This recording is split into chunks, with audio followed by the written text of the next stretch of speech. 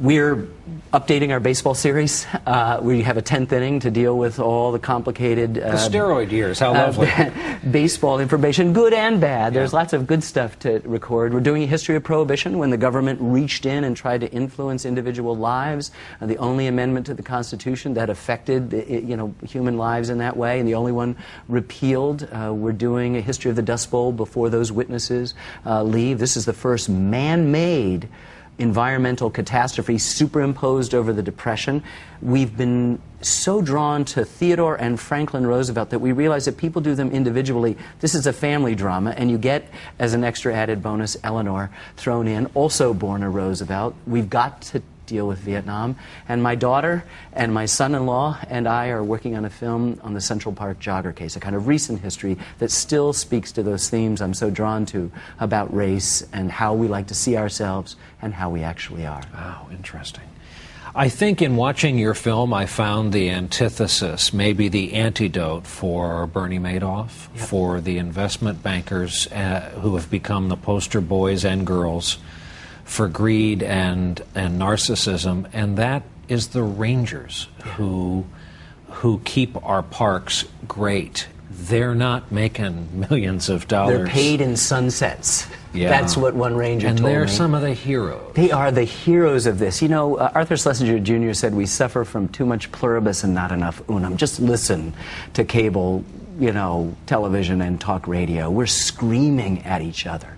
And yet we have in our midst, in the presence of the Rangers, these people who negotiate our complicated differentness and remind us of what we share in common. At the heart of the parks, which they remind us, is that we are all co-owners of the most beautiful places on our planet. And all you have to do as an owner is go and visit it once in a while, make sure it's being taken care of. If the management company isn't doing a good job, the Park Service and Congress, then you yell at them, and then you put it in your will for your posterity. They're the living embodiment of what the national parks mean, which is land was set aside not for kings or noblemen or the rich, but for everybody and for all time. They're ours, and they're the most admired of our federal employees. Time magazine said this is your most political film yet. You're out on a limb here because you're saying you found something government does well. The whole history of the United States is peppered with places where government is doing well. You know, the Land Grant College Act, the Homestead Act, the national parks, what happened during the Depression with Franklin Roosevelt's CCC, the Civilian Conservation Corps, that got the first shovel-ready stimulus dollars back then. You know, I think we have just had our heads distracted by those who would tell us it's not my version of government is better than your version of government. All of a sudden it became government's the enemy. I walked outside a healthcare forum that the president held in New Hampshire to the screaming mobs outside, and went to a guy who's on Medicare and Medicaid and Social Security and having this poster up, and I said, but these are government programs. And he said, no, they're not. And then you realize there's a long way to go, and as Harry Truman said, the only thing that's really new is the history you don't know. I guess it's in part one you have, I forget how many bison in frame, 2 or 3, different lengths from the focus point, and it's a painting. It's snowing, and it's a painting. Well, art's been a sort of a mediator for this. You know, it took the Bierstadt paintings, and it took the Moran paintings, and later Ansel Adams. You know, Roosevelt, FDR created Kings Canyon, a wilderness, roadless place, and he'd never be able to go there as a paraplegic, but he could look at it. You know, my dad took me as a kid. It was one of the most moving moments. I had forgotten about this. My mom was dying of cancer in 1959. Our household was a horribly grim and demoralized place. And when I was at Yosemite on the first shoot of this, I went to bed telling everybody this is my first national park. And I woke up saying, oh my God, it's not. That nearly 50 years ago, 50 years now, my dad had taken me. I can now remember, that night I could lie awake and remember what his grip felt like in mine. I can remember the songs that he sang to me, that I've now sung to my girls, forgetting where I'd learned them. And all of a sudden, talk about open heart surgery, you know, the Yosemite opened it up, and I was given the privilege of recalling a thing. My dad was in the grave a year and a half at that moment. My mom had been more than 40 years gone, but suddenly, not repressed, but forgotten in the midst of all of the horrible stuff. Yosemite permitted me that time in Shenandoah National Park that I had with my dad. Our first and only road trip together, every single hike, I think it was 1.5 miles total for my little legs that I could stand. And the cataract that I'm sure was 10 feet tall was a huge waterfall. Yeah. And, but man, that's what it was. And that's what we found throughout too, is that it wasn't just the history of these great people, but it was also these personal transformations that each of us have, and everybody had their story. And we had to punctuate our series finally in the end with the stories of people like mine that just said, I can tell you about John Muir and his awakening, but can I also tell you what happened to me when I was 11, or when I was 37, or when this moment happened? And it changed who I am today in much the same way Ralph Waldo Emerson was encouraging Americans to take this new thing called democracy and take it into their spiritual and inner lives, as well as into their outer democratic political lives, and be transformed for the better.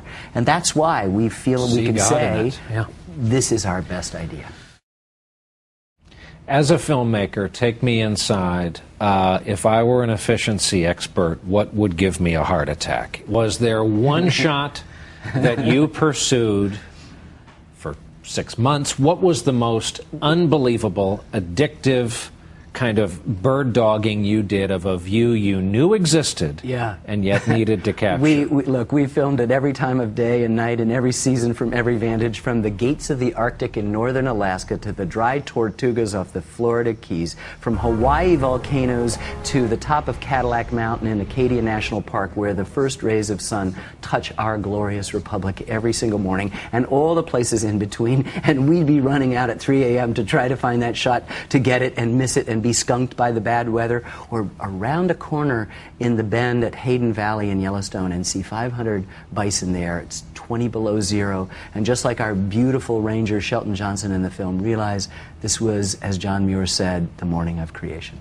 that we were seeing it all. It is all new now, and we are all in our regular lives accumulated experience. And there are some times in the national parks where somebody presses the reset button, and you are brand new in that instance, and that's what we're looking for. And yes, we spent lots of times in helicopters. The greatest act of faith was arriving in Denali. They said she'd been socked in for a week and they didn't look good, and I set up an act of faith time-lapse shot. And after 2 hours and 45 minutes of swatting mosquitoes and eating cheese sandwiches from the side of a van, and everybody sort of looking at their watches like, come on, you know, we'd driven 5 hours from Anchorage, then 5 hours into the park, and let's call it a day.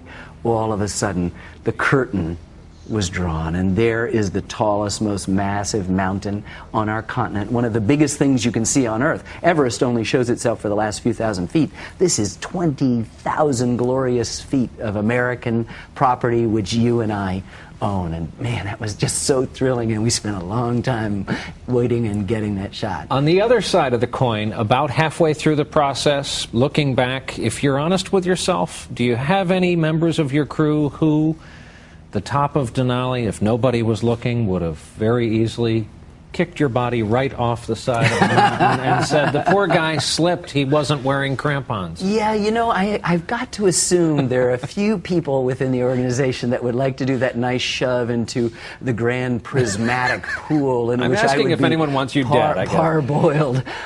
You know what? There comes a point in each of these processes. This is a 10-year process where you go into the editing room and it's just not there. And I wear a lot of hats, but the one hat I think that I'm proudest of is the one that just says, I know what to do next. I think I can make it better if we subtract this or add this. Or what if this scene, we brought the thing at the end to the beginning, and people who were just sitting around with that kind of desultory stare say, whoa, maybe that'll work. And that may be keeping me from being pushed off the edge of the editor's head never Canyon. comes around in the style of Linda Blair? I mean, you know what? We've worked with the same editors for 30 years, the same cinematographers for 35.